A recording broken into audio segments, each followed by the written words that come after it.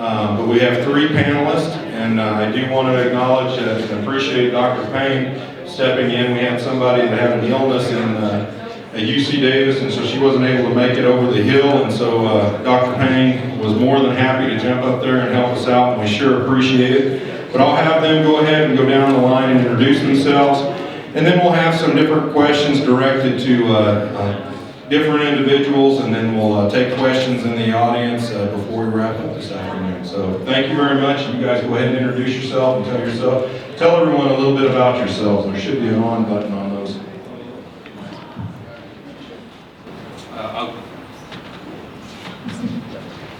I'll go ahead and start then. My name is Bill Payne. I'm recently appointed as the Dean of the College of Agriculture, Biotechnology and Natural Resources and the Director of the Agricultural Experiment Station. My background is in mostly soil science and plant physiology. I have many years, about 35 years, in which I've lived overseas, mostly in developing countries. And I think it's relevant to mention that I knew and worked with and was a research director for the Institute of Dr. Norman Borlaug, who's often referred to as the father of green revolution. If you do not know who Norman Borlaug is, by all means Google him. It's calculated he saved 1 to 2 billion lives by introducing improved varieties of wheat. He was a strong, up to his, almost literally the day of his death, he was a strong proponent of anything, including all technologies, including GMOs, that would ensure a safe and abundant food supply for everybody in the world. You got to get a little bit closer. Okay, my name is David Shintani. I'm the Associate Dean for Academic Programs in the College of Ag at UNR. Bill's my boss. Anyway, so my background is I'm a plant biochemist, and my job is to try to understand how plants produce useful chemicals and how to exploit those plants to do real valuable and commercially important things for people. My background is in the area of genetics. I worked after graduating at a company called Calgene. They were like one of the first biotech companies that started in the 80s. They're famous for the flavor saver tomato. It's kind of the infamous killer tomato that was produced in Davis. But the industry's come a long way since then. And it's interesting that genetic engineering has taken on such a huge presence in the press when in reality it's a tool that we use to do crop improvement. It's one of the many tools that we use to try to improve productivity in agriculture.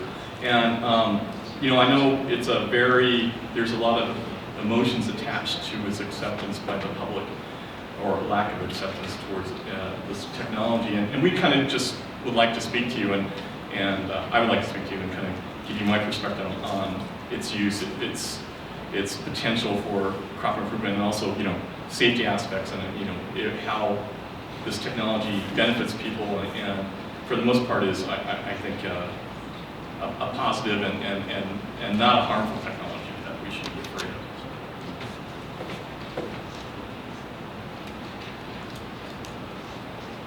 of.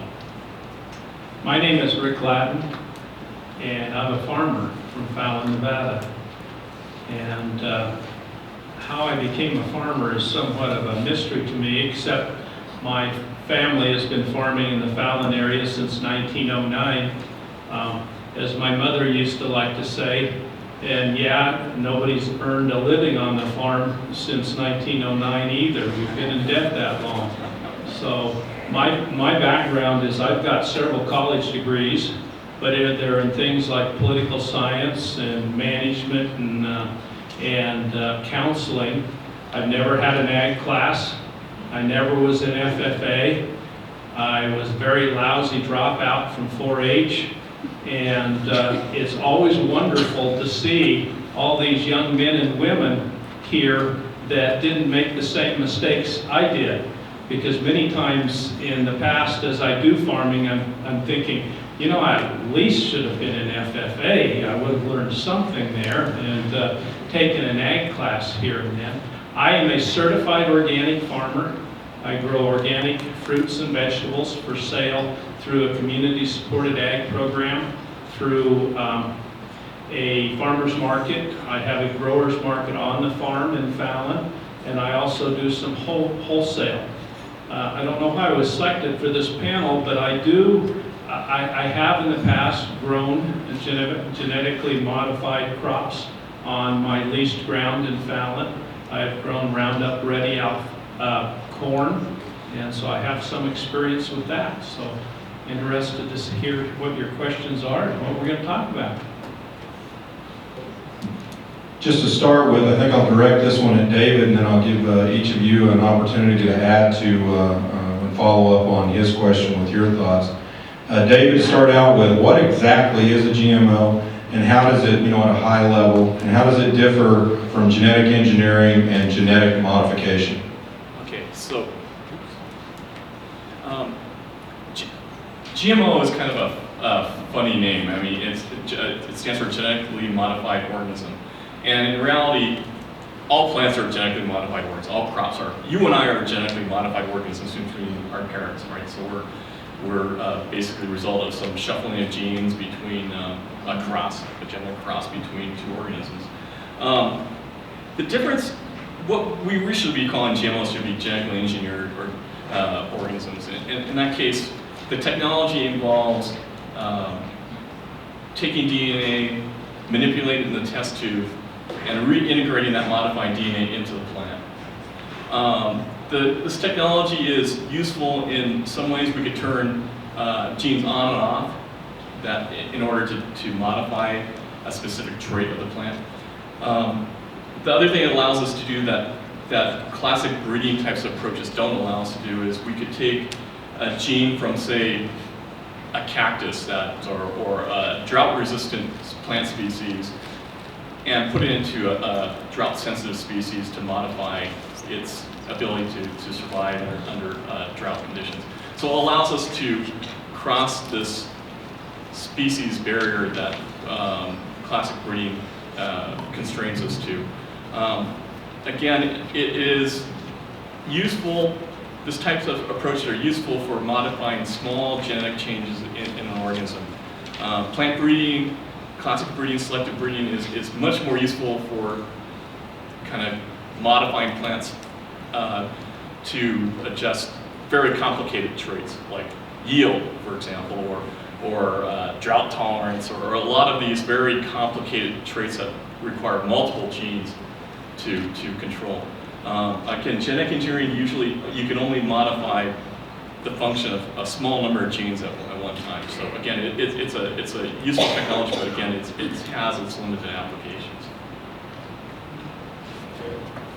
Dr. Payne, would you like to add anything to that, or is that pretty close? Yeah, well, I think that was well put. We should point out that we have had a hybridization between plant species that occurs in nature due to any number of things. Wheat has 3 genomes, 3 subgenomes.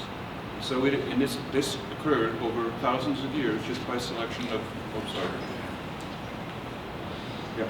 Well, I was just pointing out that hybridization between species occurs naturally. And the best example of that is wheat, which constitutes about 30% of the world's food supply. And it has 3 genomes from wild plant species, almost weeds, if you will, that were hybridized just by manual selection by farmers over thousands of years. Now, Dave mentioned that what we would call simple traits, or relatively few genes, can be transferred from one species to another. That can happen to a certain extent by pathogens. They can rewrite your DNA of host plants, for example, as well. But let's talk about some of those traits that are relatively simple.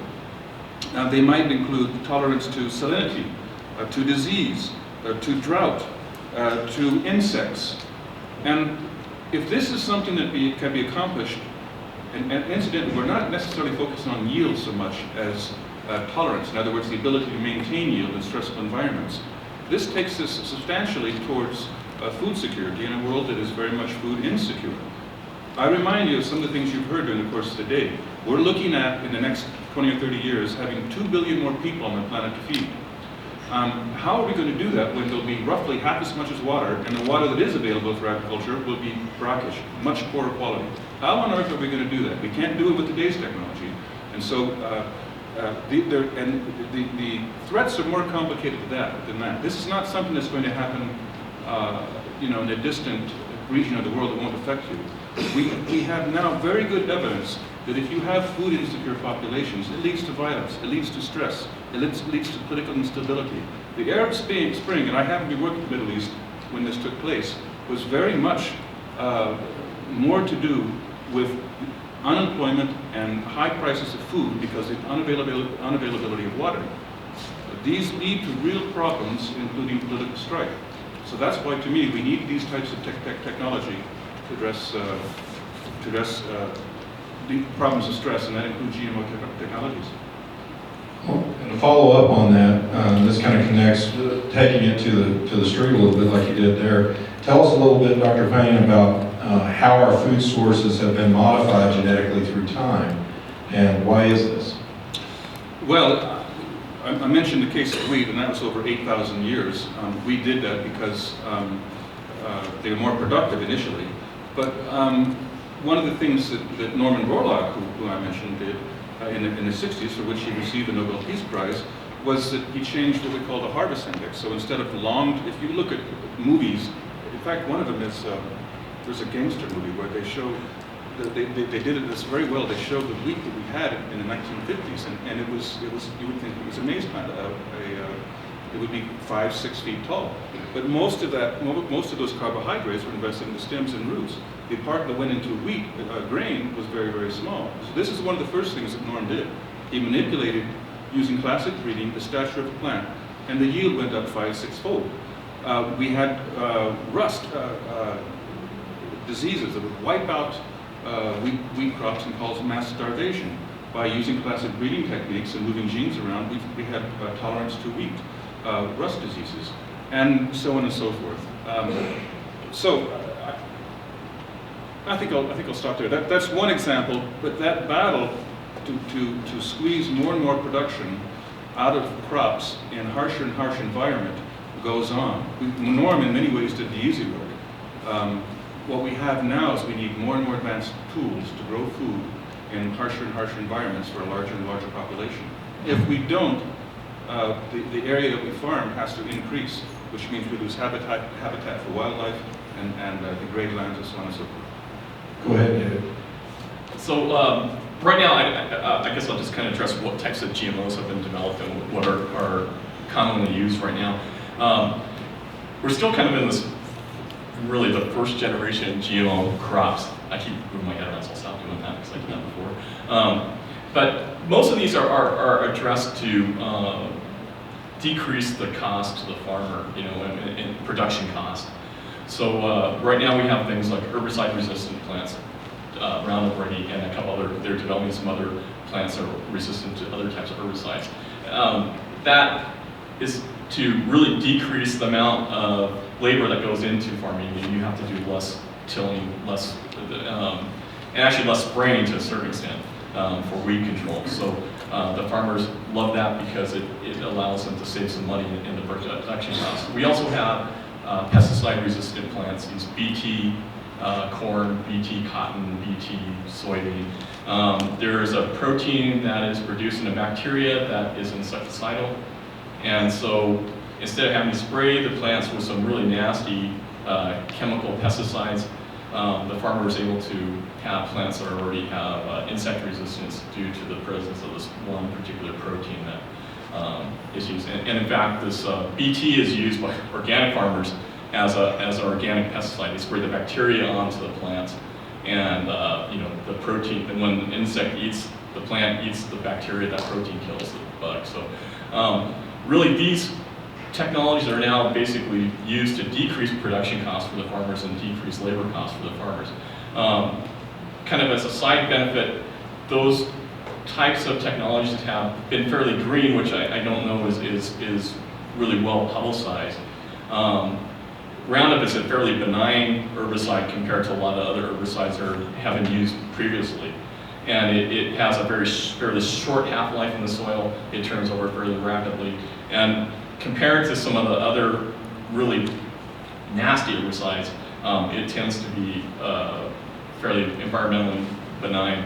Also, because of the herbicide tolerant trait, you actually only have to spray fewer times for weed control. So there's actually lower chemical impact on the environment. And the pesticides, the Bt pesticide is really, Bt transgenic crops tend to be really environmentally, had a big environmental impact because a lot of the insecticides that have been used in the past have been fairly nasty to the people applying it and to the people that live around it. When I was in college, I used to drive tomato trucks for haul tomatoes. So this was my summer job. It was a great job. You drive through a tomato field and you hear like tons of insects. I mean, they're all over the place. And right next to us, cotton field. You go through it, it's a dead zone. They spray so many chemicals into those areas that it had a huge impact. It's really decreased the amount of pesticide applications in there. And so those are kind of major types of GMO crops that are being produced right now. Great, thank you. Rick, we'll go ahead and pull you in. Now you'll know why you're here on the panel. How is genetically modification beneficial or not from the view of a producer who works directly with the consumer? Well, I think, whoops, there we go. Are we on? Shows green.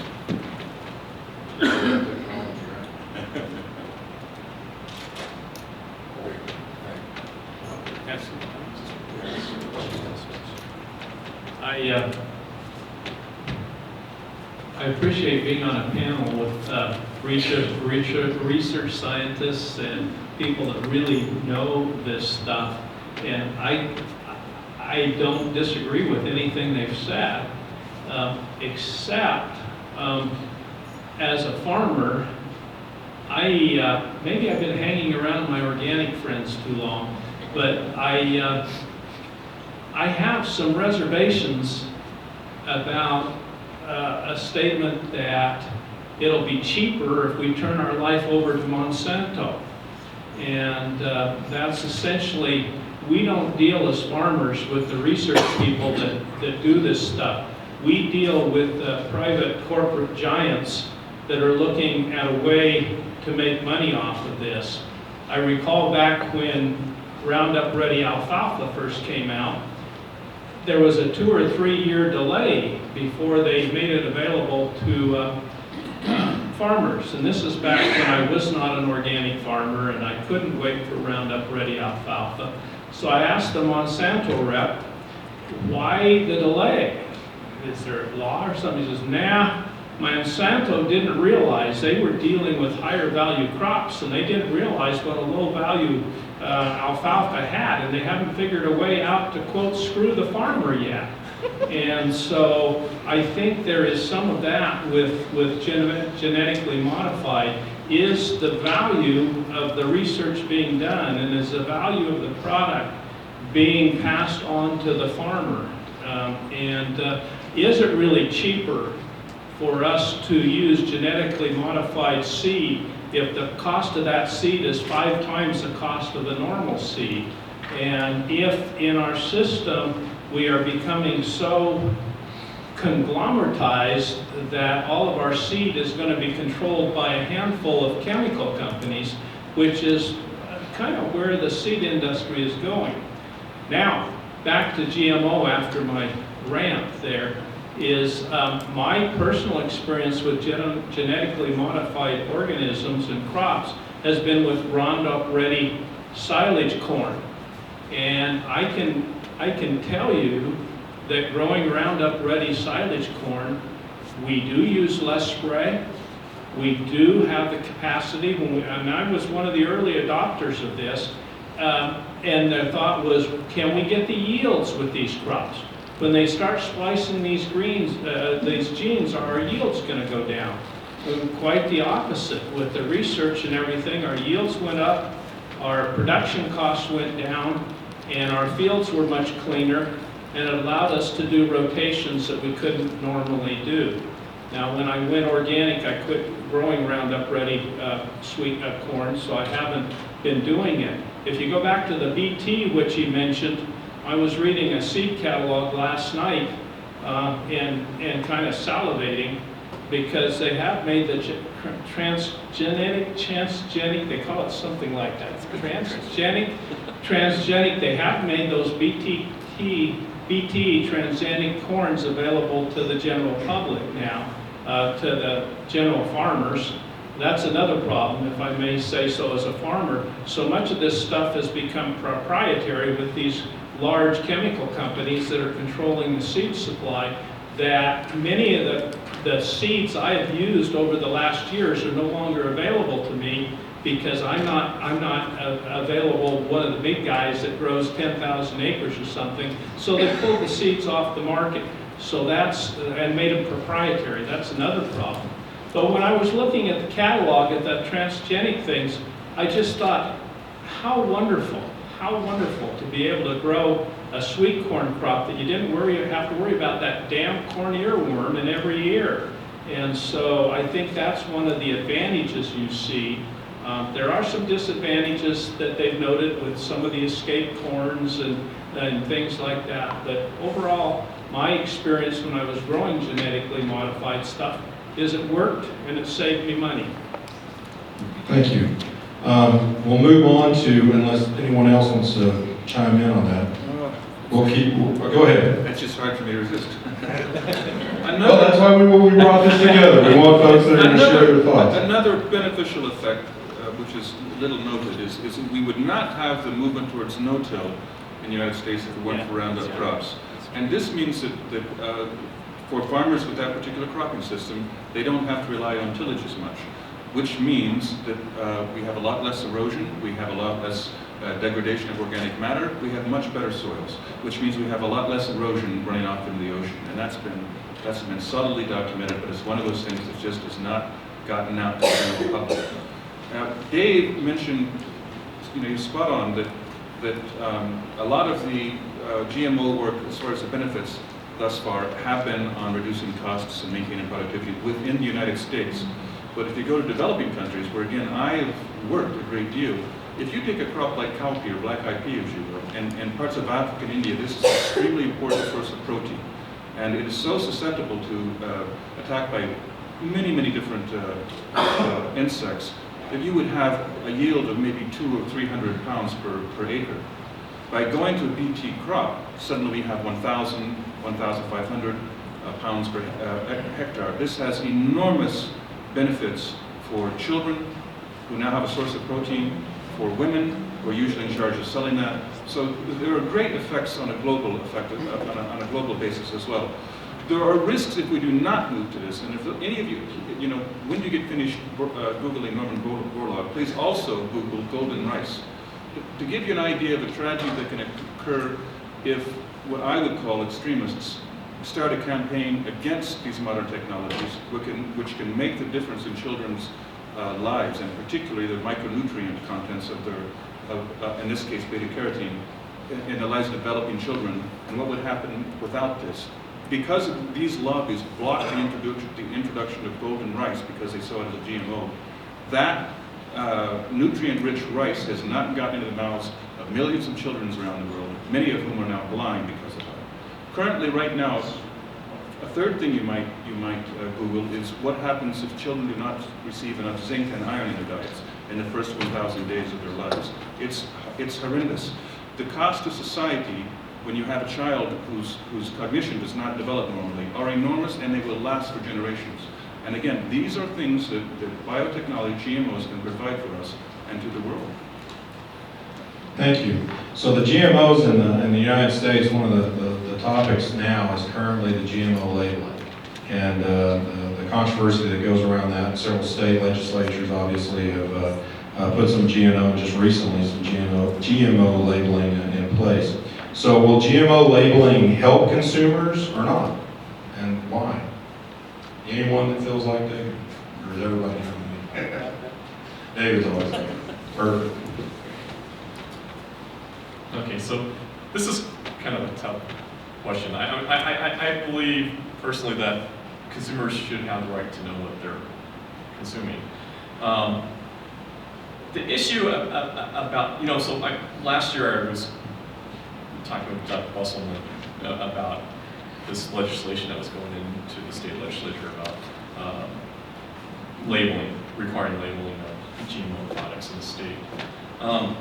I think on a state level it would be disastrous. I think it would be really terrible for any kind of food producer in the state that used anything like high fructose corn syrup or soybean lecithin, these types of common ingredients that are used in food production, if you did it on a state basis, because it would be so expensive for, they would all of a sudden become at a disadvantage compared to other states that weren't having labeling issues. And you'd probably have industries leave the state. Coca-Cola would probably not be thrilled and probably go pack up and bottle in California instead of Nevada. I think something like a labeling policy would have to be on a national basis if it was going to occur. I was at a conference a couple summers ago and there was somebody there from ConAgra, and I just kind of asked them, I said, how are you guys addressing this? And they said, we're kind of expecting it to happen. I think who is going to impact more than the people that use just common ingredients are probably the people that are having the non-GMO label on their materials, because in reality, proving that and the regulation, the testing and everything else is going to be required to follow that product stream from the field to that product is going to be hugely expensive for those guys. I think anybody else, they would just, you see things like may contain trace amounts of peanuts or something like that. That would probably just be kind of a generic label that would go on 90% of the food that you're eating. Well, I should say that, probably not that much, but a large number of food products that you're eating, processed food products that you're eating. So, I'm kind of toward my colleagues. A lot of them say you can't label because that says that we're saying there's something wrong with it. You could argue that by saying that you can't label that you're trying to hide something. So it's kind of a tough thing. I think, I don't know, I'll let Bill. I'm somewhat torn on this as well. I believe in the public's right to know. I wish the public were a little bit more scientific literate, on the other hand. I must say though, are you aware that we have strict limits on how many mouse turds that you can have in your Coca-Cola and your meat, and how many rodent hairs? Would you like to have that on your labels as well? You have the right to know. We could get carried away with this. There has been an exhaustive, and I could just see the Gerber baby food. No rat turds.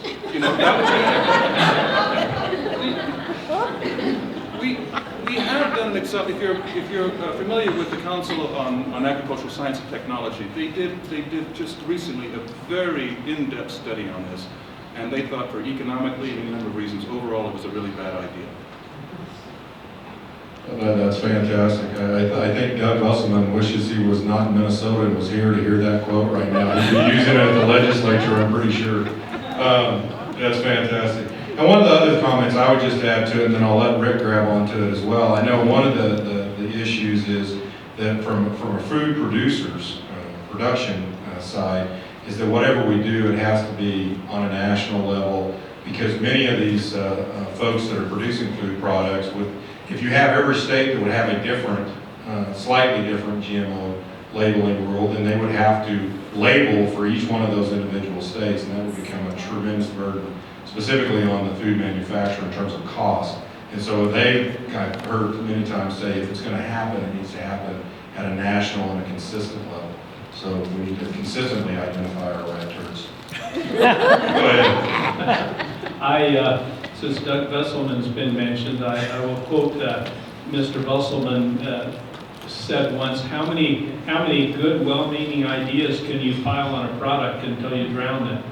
And I think there's some truth in that with laws in different states and different areas with different purposes. I have lost customers as a certified organic farmer because I would not sign initiative petitions calling for labeling. I'm not necessarily opposed to labeling. I think in some ways the concept is good, but let me give you a cop-out. And that is, we already have no GMO labeling. It's called the United States Department of Agriculture Certified Organic Program. And no GMOs are allowed in agricultural production. And as the organic movement continues to expand and grow as an alternative to other things, if people want that, they can buy almost anything certified organic, from milk to cheese to bottled products to packaged products to raw produce, all with a certified organic label. So I think we do have some alternatives if you want to eat as free as possible from GMOs, is to buy certified organic products. And as big corporate agriculture has moved into organic systems and productions, I think the day is coming when organic products will be very competitively priced to conventional products. So they should be available to the general public at a reasonable price. So your message is buy organic and buy Lattin organic. Yeah. Perfect. Well, you know, there's a lot of controversy, obviously, around the GMOs. What do you think drives that controversy, and what is an industry, or how as an industry, should we be addressing the controversy that we're not doing currently to ease that, where it becomes a commonplace conversation that maybe not everybody agrees, but it's not such a passionate controversy, I guess, as it is. And we'll let each one of you, David, you've been our lead guy every time. We'll put you on the spot again because you do such a good job with it. So again, why is it such a controversy, and what should we be doing to better inform the public and address that controversy? I think there's a lot of lack of trust. I think that's basically what it is. I mean, the public is skeptical of what industry has to say. They're skeptical of the government. They don't always believe scientists. I mean, we're often accused of being in the pocket of industry or things like that. So, you know, having dialogue like this is really important for us to talk and discuss these things in a civil manner. I think that's hugely important. I think the industry from day one, I think they did a bad job at describing what they're doing and what this technology is. And because, you know, like Rick was saying, they want to control the technology. It's all based on the buck. You know, there's places like the International Rice Research Institute that is trying to promote golden rice, and all that is done, you know, on a non-profit type of basis. This technology can be used in a non-profit way to improve the lives of a lot of people. I think it's just basically mistrust, and if we could get around and open a dialogue where we kind of remove the emotion from this and talk about more on the science and more on kind of how it's impacting people directly and having that open discussion, that's what we need to do. We need more of this type of thing. I've been involved in Nevada agriculture for some time now through the Nevada Grown Program and the Specialty Crop Institute and a few other things. And I like to point out whenever I get a mic in a bully pulpit that there are only approximately 3,400 farmers in the state of Nevada. We're the endangered species if there ever was one. There's fewer of us than there are sage grouse. So there aren't that many farmers around. So if we start dividing ourselves up into pro-GMO, anti-GMO, pro-organic, anti-organic, pro-meat, anti-meat, just pick one of the things that we can divide ourselves, and one of the issues is controversial, and we divide ourselves, we have no say, we have no power, we have no voice in the state. So I think with all of these things, a good dialogue and a respect for the other person's opinion is very, very important. And those that strongly support anti-GMO have their right to a say and a right to be heard and a right to conduct their lives on that. But on the other hand, they don't really have a right to stop those folks that want to grow the other crops. And the opposite happens too. Let's not make fun of the organic movement or anything. Let it run its course, because I think in the United States, with our free marketplace of ideas and essentially free public institutions that do research and stuff, the right way to do it will come out in the wash. And let's keep the dialogue civil and based on fact. I appreciate that. I think my favorite quote is, we're the best industry for quickly circling the wagons and then shooting the hell out of each other. You know, we do that better than any other industry. Bill, would you have any comments along those lines? Yeah, perhaps because of my background, having dealt in food insecure places, and I view food security as intimately linked with nutrition for reasons that I've sort of alluded to. I think part of the distrust is public, again, certain level of scientific literacy, particularly when it comes to agriculture. I think that the science of GMOs is hard. My goodness, some of the students that are coming through Dave's department are some of the brightest young people I've ever seen. It's not easy for laymen to understand it. So much of the way that the public is informed now is through marketing, of sometimes philosophically motivated messages rather than scientifically based ones. And so people's opinions, as we've seen in political campaigns, etc., are in certain cases easily manipulated. Their fears are easily played upon. Now, I think that Rick's point is extremely important. Any time that a farmer can use marketing, whether it's organic produce or others, to improve his or her bottom line, I'm all for that. I think that's great. And if you have affluent consumers who are interested in affording, in purchasing organic produce and giving it to their families, that's fine. But in my role, my view has to be evidence-based. I'm a scientist and I represent a college of agriculture, and so the views that we take have to be evidence-based. I am much more concerned about the children who are in marginalized communities having access to fruits and fresh vegetables. And we know that there are sort of food deserts within the United States, within Reno, where they do not, where they have easier access to cigarettes, for crying out loud, than they do to fresh fruits and vegetables. And I do not in any way, shape, or form want us to give the mixed message that they shouldn't be eating conventionally grown, whatever on earth that means, produce. Instead, it should be organic, and therefore forcing their mothers to think that they can't afford it, or they otherwise have to spend a disproportionate amount of their budget buying organically grown food. That is not a message I will allow to come from my college. Okay. You know, I looked at these questions. I was glad you sent me these questions. I didn't get it. I know. I know Bill's saving the day, and he's the most unprepared. You're doing a heck of a job. I want to look better than Bill. So you know, there's a lot of different sites, and the question is, depending on your trust level and your belief system, you're going to choose the site that you're going to feel most comfortable with. And so I try to find credible, neutral-based kind of organizations, and you know, there's studies done by the World Health Organization. You know, you might argue that they would be fairly neutral. On a resource site, that's pretty easy to find things on the University of California Biotech pages. UC Biotech has a really nice site that cites a lot of studies and things like that.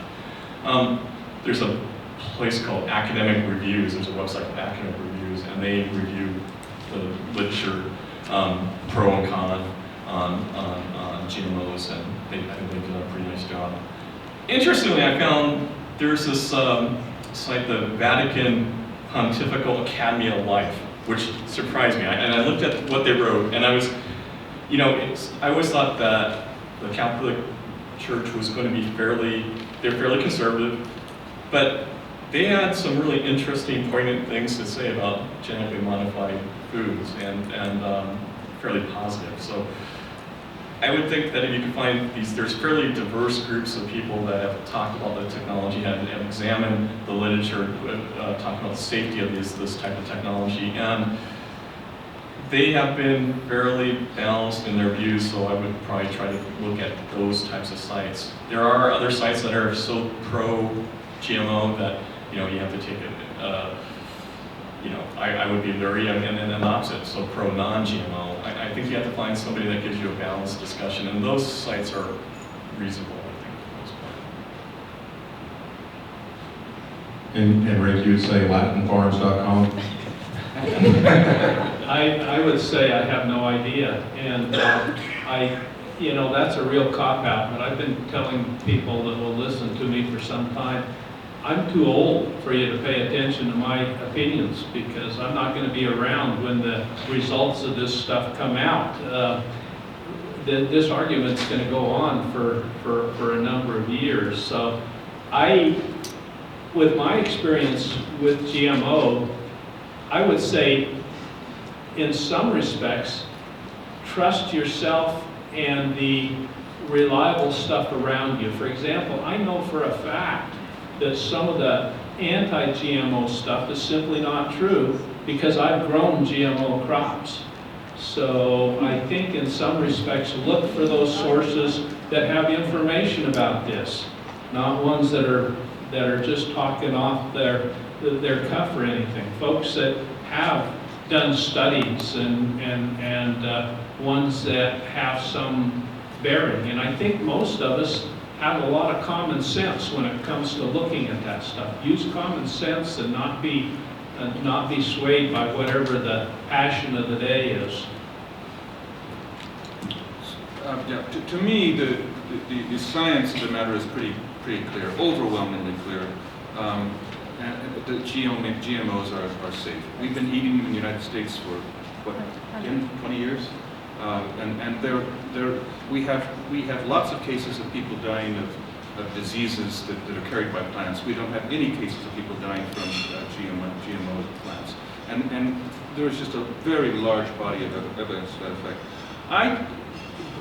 I think what we need to do, we need to get this message out in the short term, and there are models for that. You don't have to have very complicated scientific explanations of that. There are various, I just saw a pamphlet from Purdue University entitled "What You Need About GMOs," and it's very low-key and well-balanced, and it's very much in layman's terms. And I think we need that in the short term, but in the long term, as has come up in various different conferences today, we need to have an ag literate and food systems literate population, and we have to start that in elementary school. It has to be reaffirmed in middle school, and it has to be reaffirmed again in high school. And it has to be recognized that food and agricultural systems is a STEM, science, technology, etc. Discipline. It's high tech. We need the best and brightest minds in it, and that it's not something that children should be afraid of. That's come up over and over again. Unfortunately, what's also come up over again is we've been talking about this for 10 years. Jim and I have been talking about this. Dave and I have talked about this. We intend to move forward with this, probably starting out in Washoe County, but getting various stakeholders and coming up with a standardized STEM curriculum for K through 12, I think we have to do that, and it might take a generation to change views on this, but if so, we need to make that investment. So that kind of leads to our last question before we go to the audience for questions. Where do you see this? And you kind of narrow down on that, Bill, but if you want to add anything more. So if you put your prediction cap on, where do you see us in 20 years on this issue? I see us as either a world awash in food insecure nations with more and more wars and civil instability because of high food prices and not enough access to water and that sort of thing, or we invest in technologies and educating, if you will, the population so that we invest in these technologies, and that includes investing in the next generation of scientists, farmers, for crying out loud. Farmers, next generation will have to be smarter than ever before. And if we do that, we'll be okay. If we don't and stick our heads in the sand, I personally think that as a species, we'll be in big trouble. David? We'll be easy on David, he gets the last one. I think we've passed my level of expertise long ago, but I think I actually have a question rather than anything else. You know, we're in a worldwide economy now, and one of the problems with GMO is the failure of the European community and much of the Asian community to accept GMO crops. And I see that being part of the future, is what happens in those areas and how do they handle this fiercely anti-GMO activity in much of Europe. And apparently that's affecting the exports from the United States, and our ability to quote, feed the world is what's happening outside of our country with the GMO issue. I love how Rick undersells himself in terms of being on this committee. It wouldn't be the same without you. That's a good point. Dave. So I pretty much agree with everything that's been said. You know, we need your help to kind of educate the future. You guys are probably some of the smartest people in the world in this room. I know the farmers are scientists. They are the ones who really know how to do this right. And we, as researchers, sometimes need to be there, you know, need your perspective. And so we appreciate your being here to listen to us talk, and we want your input on these things too. It's not just we don't want a one-way conversation here. You know, what Rick was saying about Europe and Asia being really anti-GMO, I think that trend is starting to change. I mean, the national academies for most of the European countries have come out and discussed the risk issues and have come in favor of GMOs. I just saw that the European Union is sponsoring a bunch of research projects aimed at, again, readdressing safety issues, and so they're doing long-term animal feeding studies, short-term animal feeding studies to address the safety of GMOs. And I'm confident that's going to come out positive in terms of safety issues, and that'll be, so I think their scientists realize that in the future we're going to need all the different types of technologies to address the issues of food security. So I think they're addressing this and trying to reassure the public of these issues. I mean, one of the backlashes of Europe and Asia and the United States kind of being resistant to this technology is the places that really need this in the developing world. They're rejecting this technology.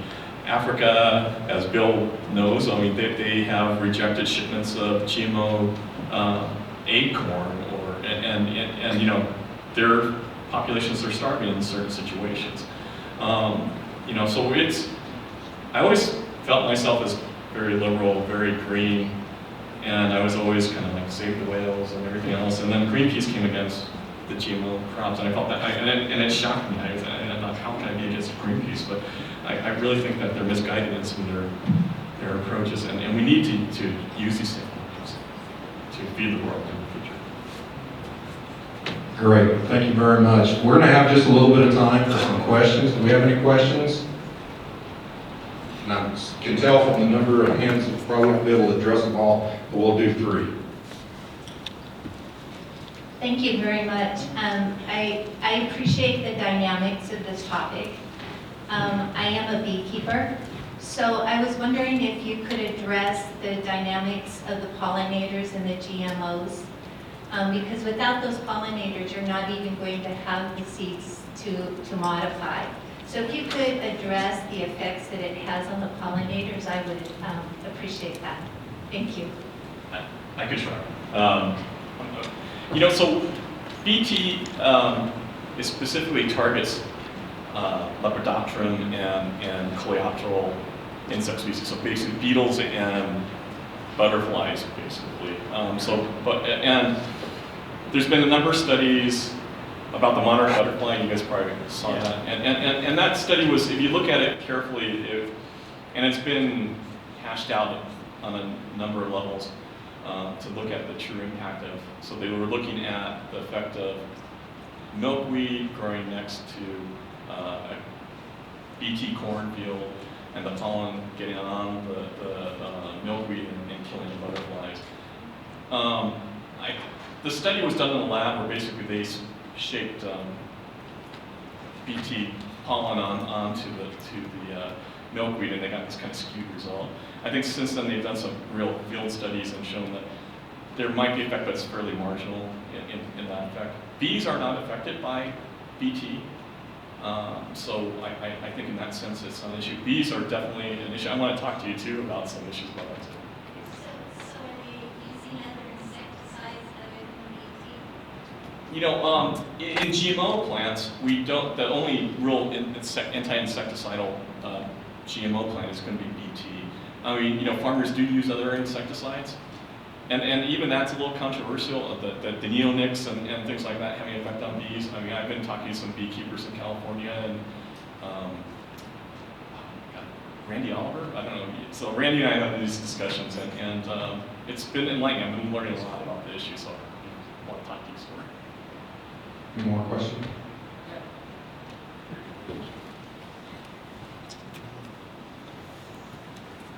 This is for Rick. Why do you not grow GMO corn anymore?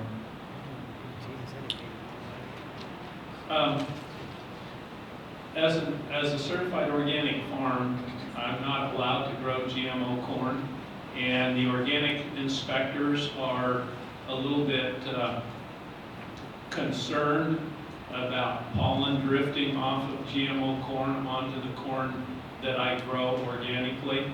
And so I've chosen not to grow any GMO corn on my home place. I still do GMO corn on some of my leased ground, but I keep it far away from any of the corn that I'm growing. I don't think the organic inspectors would be that concerned about growing GMO corn close to an organic field if I wasn't also growing organic sweet corn. So I think that's the concern. Any other questions? Sorry guys, this will be our last, but I'm sure some of our folks will stick around after us. Hi, thanks for your guys' input. I was curious, so it's called this session is called Pros and Cons of GMO, and I didn't feel like there were any strong cons. So genuinely just out of curiosity, I was kind of wondering what those are, like if there's any gaps in research. And I'm specifically curious about pollinators, so I'm happy she brought that up. And also like mycorrhizal fungi in the soil and Roundup crops. Yeah, you guys mentioned like a lot about marketing issues and kind of like weeding out small farmers. So I'm just kind of wondering like where are the cons other than marketing? Anyone?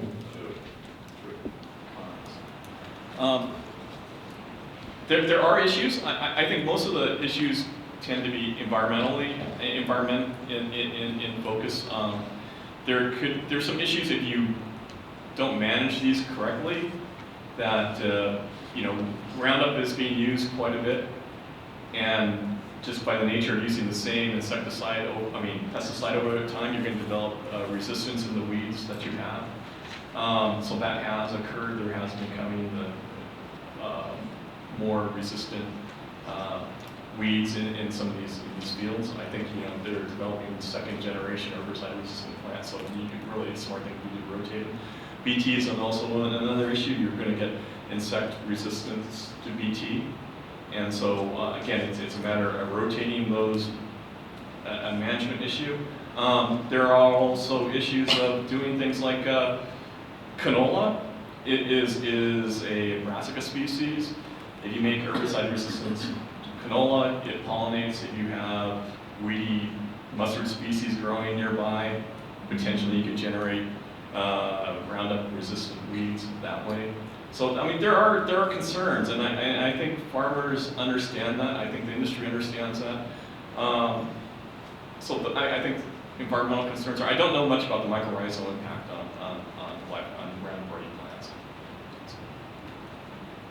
So with that, I would like to thank our panelists. We'll give them a big round of applause for coming out.